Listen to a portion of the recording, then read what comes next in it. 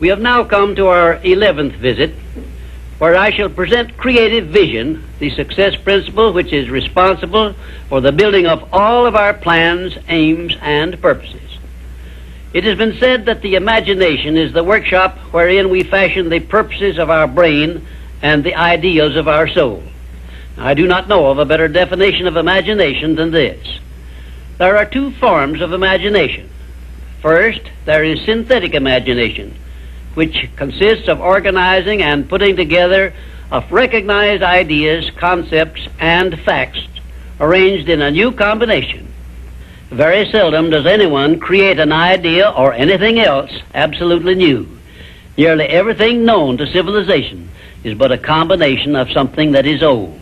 Secondly, there is creative imagination, which operates through the sixth sense and has its base in the subconscious section of the brain and serves as the exclusive medium through which basically new ideas or facts are revealed.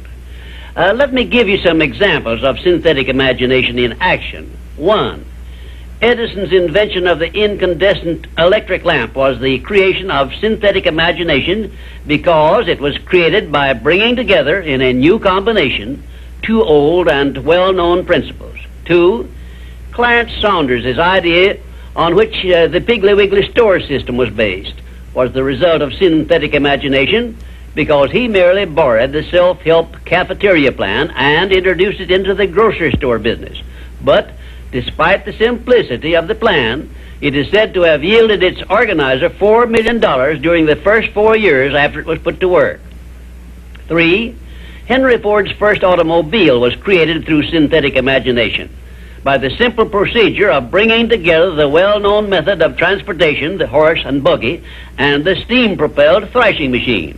Both ideas were old, but it remained for Henry Ford to combine them in a new method of use, and he made himself the most distinguished industrialist of his era by his achievement, not to mention a fabulous fortune. 4. The man who dipped a hunk of ice cream in chocolate, placed a stick in it for a handle, and called it Eskimo pie, used synthetic imagination and started a new industry which still has a widespread outlet and grosses annually a huge sum. It is safe to assume that the creator of this simple plan of merchandising was well compensated for his use of his synthetic imagination. 5. F.W. Woolworth made use of synthetic imagination by the simple procedure of setting up a retail store in which a large variety of merchandise retailing at 5 and 10 cents per item was offered to the public, and lived to see his merchandising innovation start a series of similar retail stores which gross annually many millions of dollars in sales and made Woolworth rich in the bargain. Now, I shall give you some examples of creative imagination. 1. Edison's invention of the phonograph was the outgrowth of creative imagination because no part of his invention had ever been known or used previously. 2. Signor Marconi's invention of wireless communication was also the outgrowth of creative imagination because it was based on basically new ideas which never had been used previously. He was the first to discover the means by which the ether could be made to take the place of wires in the transmission of sound. 3. Madame Curie's discovery of radium was also the outgrowth of creative imagination because no one before her had ever revealed either the actual existence of radium or the method by which it could be recovered or refined. 4. Wilbur and Orville Wright's perfection of the modern airplane was partly the result of creative imagination and partly the result of synthetic imagination, because others previous to their time had discovered some of the ideas they used successfully, but they were the first to coordinate those ideas so they worked. 5.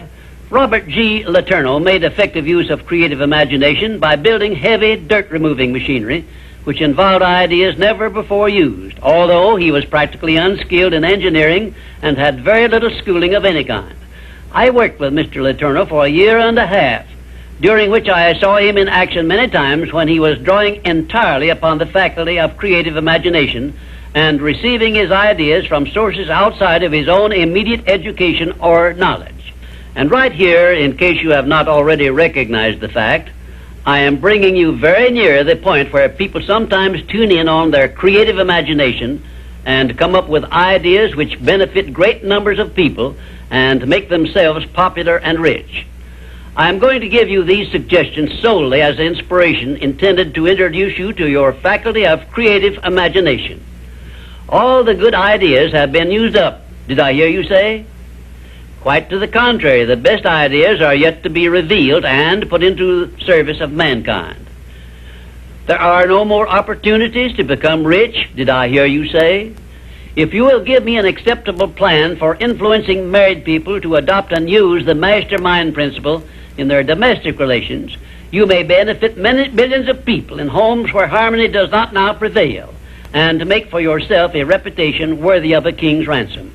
If you have a better idea or plan for the use of salesmen in any field of selling, your idea may help millions of salesmen to increase their incomes and bring you a reward worthy of the value of your idea. I am still talking to you about exercising your faculty of imagination, but I am limited as to the number of ideas I can give you in so short a time. But I will give you some more useful ideas in my next visit. Imagination is a trait which becomes alert only by constant action based on the success principles I have described in these visits. You are the one who must supply this action.